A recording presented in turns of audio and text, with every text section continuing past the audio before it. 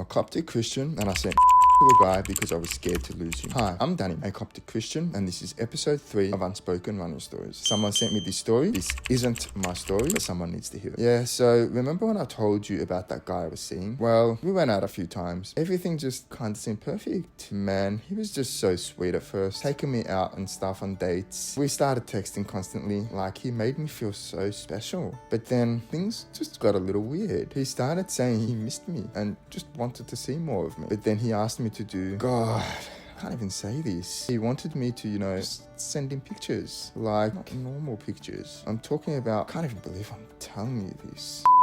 I know, it's so stupid, but I was scared he'd leave me. So I actually did it. And then he kept asking for more and I just kept doing it.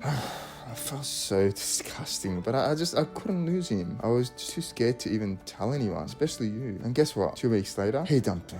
Oh, God. He sent them to everyone in our community. I didn't want to exist anymore. I literally just wanted to just end it then and there. I couldn't face anyone at church anymore. It just felt impossible to even walk through these doors. Everyone would just see me as this disgusting girl. I felt so dirty and ashamed, like I wasn't even worthy to be in God's house. I kept thinking to myself, this is what I deserve. Maybe God was punishing me for what I did. I felt so separated from him, like there was just no way back from this. The guilt was just suffocating me. I even prayed for him to just take my own life, but I couldn't live with what I had become. I actually started cutting my wrists because I just hated myself so much. My mental health was falling apart. I was having panic attacks every day. I couldn't eat, couldn't sleep. I was drowning in my own pain. I hit absolute rock bottom. That's when I finally somehow had the courage and broke down and told my best friend. I told her everything. I was so scared she would be disgusted with me, but instead she just cried with me. She said, we're going to go through this together. For the first time in months, I wasn't carrying this battle alone. She helped me see that I wasn't a terrible person I thought I was, that I was a victim and not a villain. She helped me realize he knew exactly what he was doing. He manipulated my fear of losing him. That conversation literally saved my life. Slowly but surely, I started going back to church. At first, I could barely sit through the service without crying. Eventually, I had found the courage to talk to Abuno about it. He reminded me of that one verse, "Come unto me, all you who are weary and heavy laden, and I